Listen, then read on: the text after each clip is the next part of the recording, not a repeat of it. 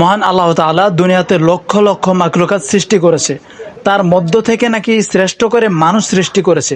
কিন্তু এইগুলা কি মানুষের মুখ নাকি অন্য কিছু? টিকটকার এমন একটা প্রজাতি, যে প্রজাতির মাথার মধ্যে ঘু থাকে আর ঘুয়ের জায়গায় মাথা থাকে, এই জন্য তারা তাদের সঠিক জায়গার সঠিক ব্যবহার করতে পারে না। ইতিমধ্যে আমি আপনাদের সাথে অনেকবার একটা কথা ক্লিয়ার করেছি, আবারও ক্লিয়ার করছি যে আপনারা যারা আমাকে এইভাবে দেখে, মাথায় টুপি দেখে, এইভাবে কথা বলতে দেখে লজ্জা বোধ করেন বা আনইজি ফিল করেন, দয়া করে আমার ভিডিওটি তাদের দেখার প্রয়োজন নেই। কারণ আমি আপনাদের জন্য ভিডিও তৈরি করি না, আমি আমার জায়গা থেকে আমার ভাষায় প্রতিবাদ করার চেষ্টা করি অন্যায়ের। আর ইনশাআল্লাহ তাআলা আমি যতদিন বাঁচবো এই ধারা অব্যাহত রাখার চেষ্টা করব।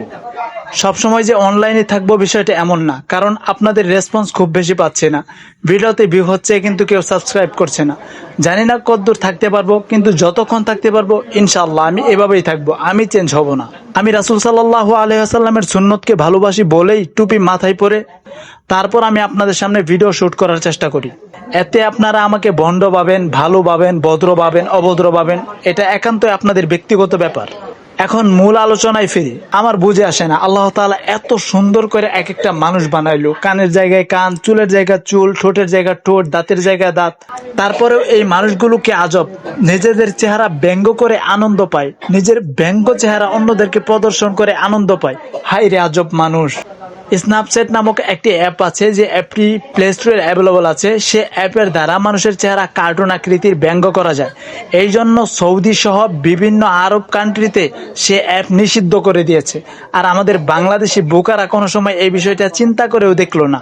সঠিক বলেছেন, আপনার বুদ্ধি ভালো। যে আমি সবসময় সঠিক বলি, সঠিক বলার চেষ্টা করি, সঠিক বলার দলের মানুষের তালিকায় থাকার চেষ্টা করি। একটা সত্য কথা জানেন কি ভাই, সত্য কথা সবার হজম হয় না। এটা আগেও ছিল, এখনো আছে, আগামীতেও এই ধারাই থাকবে। নিঃসন্দেহে তুই ঠিক কথা বলেছিস। যে সমস্ত মানুষজন এই জিনিসটাকে অপরাধ মনে করেন না, নিজের ব্যঙ্গ চেহারাকে অন্যকে দেখিয়ে বিনোদন দেওয়া, এটাকে অপরাধ মনে করেন না, আমি আপনাদের সাথে ছোট্ট করে এই বিষয়ের কিছু ভয়াবহতা শেয়ার করি। আচ্ছা, আল্লাহ তাআলা চাইলে কি আপনাকে সেই ব্যঙ্গ আকৃতির বানাইতে পারতো না? যেমনটা বানিয়ে আপনি মানুষদেরকে বিনোদন দিচ্ছেন, চাইলে কিন্তু অবশ্যই বানাতে পারতো। আল্লাহ তাআলা কুন বললে ফায়াকুন হয়ে যায়।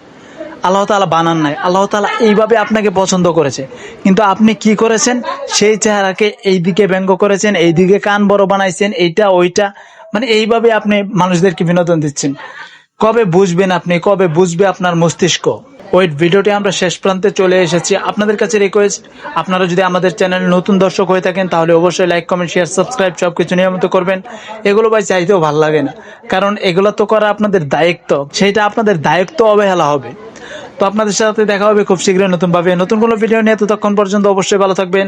আসসালামু আলাইকুম ওয়া রাহমাতুল্লাহ।